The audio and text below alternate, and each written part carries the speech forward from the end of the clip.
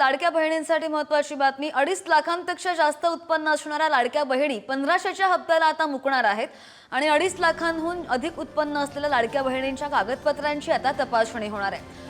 आयकर भरणाऱ्या लाडक्या बहिणींना आता 1500 रुपयांचा लाभ मिळणार नाहीये, तर आयकर विभागाकडून लाडक्या बहिणींच्या उत्पन्नाची माहिती सुद्धा मिळवली जाणार आहे असं सुद्धा कळतंय। केंद्रीय प्रत्यक्ष कर मंडळाची लाभार्थी महिलांची आपल्याकडील माहिती उपलब्ध करून देण्यास मान्यता आलेली आहे।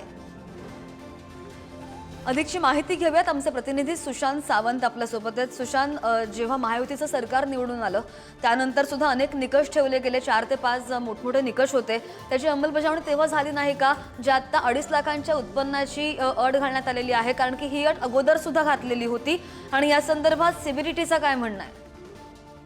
अगदी खरं आहे। सध्या आपण जर बघितलं असेल तर लाडक्या बहीण योजनेची जेव्हा योजना अंमलात आणली त्यावेळी अनेक महिलांनी जे आहेत ते अर्ज भरले आणि हे अर्ज भरताना ज्यांचं उत्पन्न 2.5 लाखांपेक्षा वर आहे त्या देखील महिलांनी अर्ज भरले आणि त्याचा लाभ देखील घेतला। नुकतीच एक बातमी आली होती की जवळपास 2600 सरकारी कर्मचारी महिलांनी देखील या योजनेचा लाभ घेतला आणि याचमुळे आता सरकारने जी आहे ती छाननी जी आहे ती सुरू केली। याला आता आयकर विभागाकडून देखील सरकारला मदत मिळताना पाहायला मिळतंय। केंद्रीय प्रत्यक्ष कर मंडळांची लाभार्थी महिलांची आपल्याकडील माहिती जी आहे ती आता राज्य सरकारला उपलब्ध करून देणार आहे।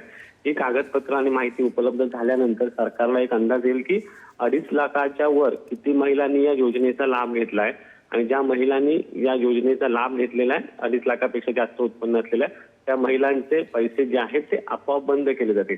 त्यामुळे कुठेतरी लाडक्या बहीण योजना सुरू ठेवण्यासाठी सरकारवर एकीकडे भार येतोय। आपण जर बघितलं असेल तर राज्य सरकारची तिजोरी जी आहे ती खाली होत चालली आहे। अनेक विभागाचा निधी जो आहे तो या योजनेसाठी वळवला जातोय।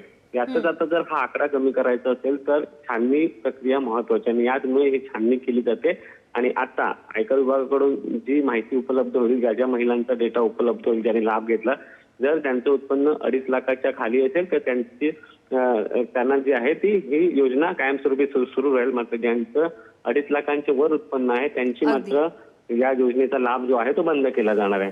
हो, नाही बरोबर। आणि याच निकषांच्या पार्श्वभूमीवरच्या लाडक्या बहिणींची संख्या आहे ती दिवसांदिवस निकषांचा विचार करता कमी होत चाललेली आहे, हे तितकंच स्पष्ट होतंय। सुशांत, धन्यवाद दिलेल्या माहितीसाठी।